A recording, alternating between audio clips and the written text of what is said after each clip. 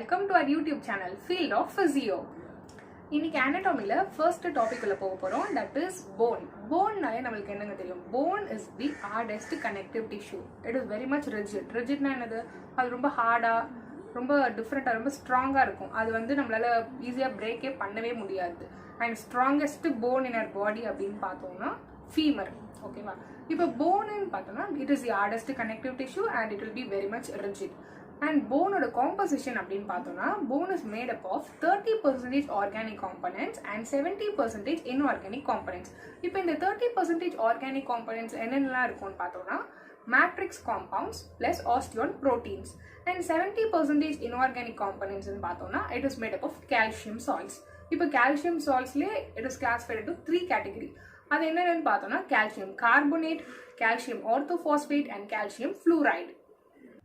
And inorganic substances பார்த்தோம்னா அதில் extra ஒரு காம்பனன்ட் இருக்கு, ஹைட்ரோஆக்சிஅப்படைட்னு சொல்லிட்டு. இந்த hydroxyapatite is present in the human bones and teeth. இந்த காம்பனன்ட் வந்து மேஜராக எதுக்கு இருக்குது, இதோட ரோல் என்னன்னு பார்த்தோம்னா it is helpful in bony regeneration and structural strength of the bone. அது வந்து போனுக்கு ஒரு ஸ்ட்ரக்சரல் ஸ்ட்ரென்த் கொடுக்கும். இப்போ நம்ம போனோட கிராஸ் ஸ்ட்ரக்சர் வந்து பார்ப்போம். இது வந்து ஹியூமன் போன் அண்ட் இதில் வந்து மேலே இருக்கிறது வந்து எபிஃபைசிஸ். எபிஃபைசிஸ் வந்து அவுட்டர் எண்ட்ஸ், இது இங்கே இருக்கிறது வந்து எபிஃபைசிஸ் அண்ட் மிடில் பார்ட் வந்து டயாஃபைசிஸ். இந்த epiphysis is also called as spongy, soft bone or cancellous bone, whereas middle part is the diaphysis. Diaphysis is called as cortical bone, shaft or compact bone. So in the diaphysis we will be having the yellow bone marrow, and in the epiphysis the two ends of the epiphysis is called, we having the trabeculae. This trabeculae is storehouse for the red blood cells or red bone marrows. Okay, and in this diaphysis we have the major structures called as Haversian system. That Haversian system consists of Haversian canals and Oakman canals, and the outer layer of the bone or the outer structure of the bone is called as periosteum, and this inner layer is called as endosteum. And in this Haversian system நம்ம வந்து நல்லா zoom பண்ணி பார்த்தோம் அப்படின்னா we have the structure called the we have osteon. இப்போ இந்த osteonல பார்த்தோம்னா inner layer, inner ஸ்ட்ரக்சர்ஸில் வந்து we have the Haversian canals. So the Haversian canals consist of the blood vessels and lymph vessels, nerve vessels, that is nerve supply, blood supply, all comes from here. And this structure is called as protoplasmic process.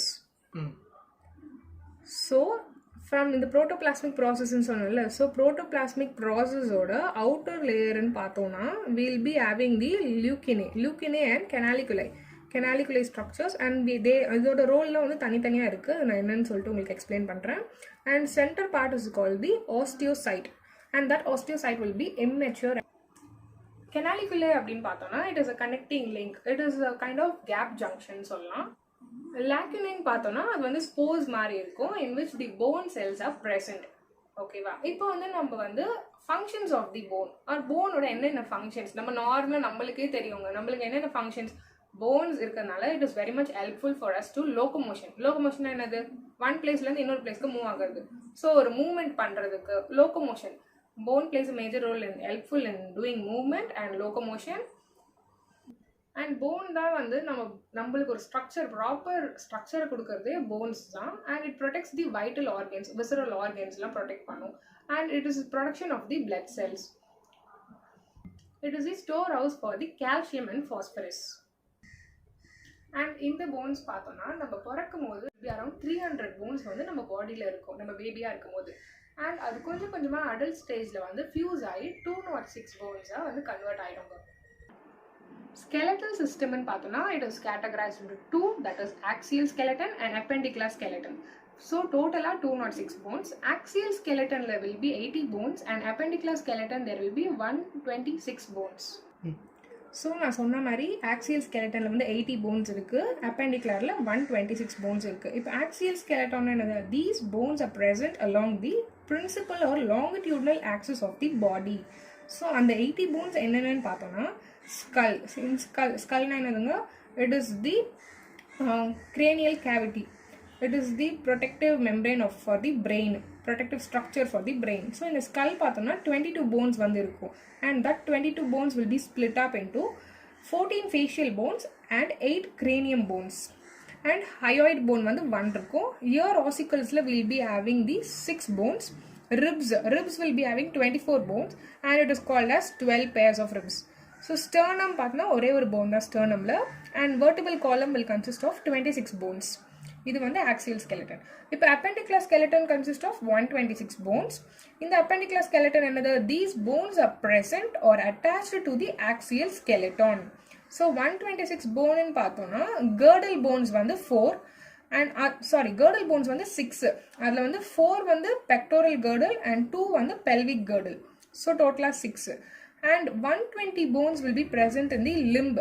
Limb is 4 limbs and hind limbs. 4 limbs consist of around 60 bones and hind limb consists of 60 bones.